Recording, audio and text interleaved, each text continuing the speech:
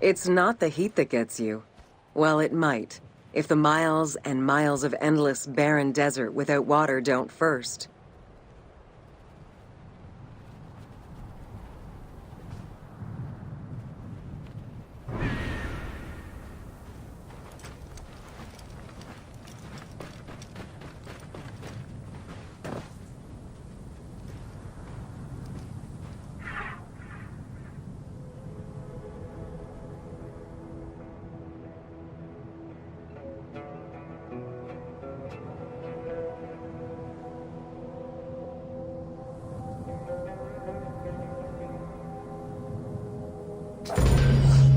Welcome to Menkaure's Funerary Complex.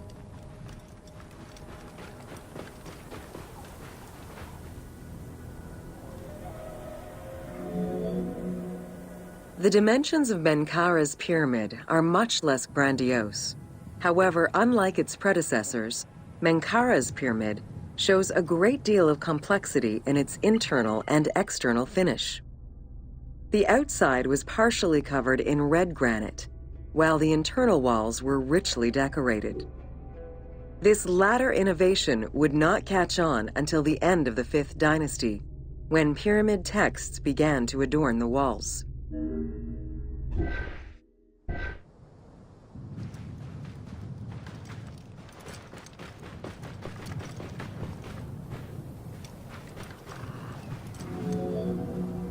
Menkaure's pyramid contains 2 sloping passages, both located in the northern side of the structure. The upper one was abandoned during the construction phase, whereas the lower one, slightly above the base of the monument, constitutes the real entrance. The lower passage leads to a first room, which, for the first time since the reign of Djoser, is decorated with engraved false doors.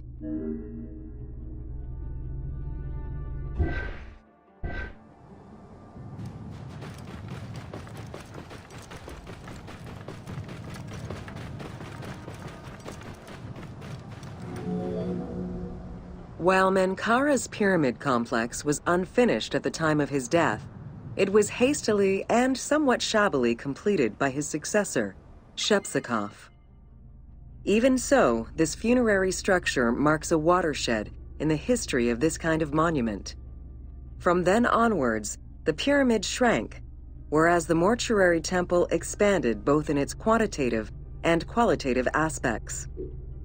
Of particular note, it is within Menkaure's mortuary temple that one can find the heaviest block of limestone ever used for a pyramid complex, weighing in at over 200 tons.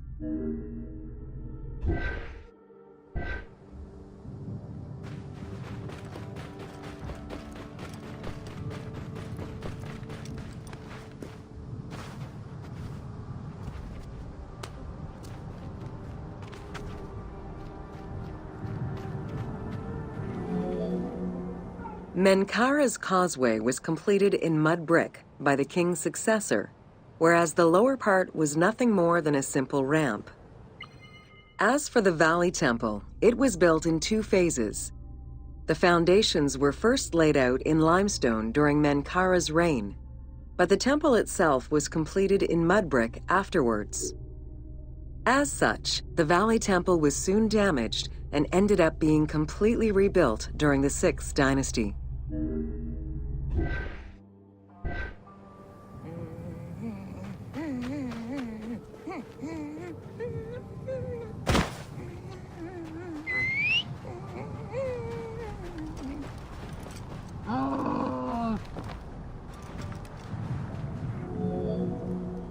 Three small structures, referred to as Menkaure's Queen's Pyramids, were erected along the southern side of the main pyramid. One of them was a smooth-faced pyramid, while the other 2 were more basic step pyramids. It is difficult to assess whether the latter were designed as such or were left unfinished with no casing to smooth out their surfaces.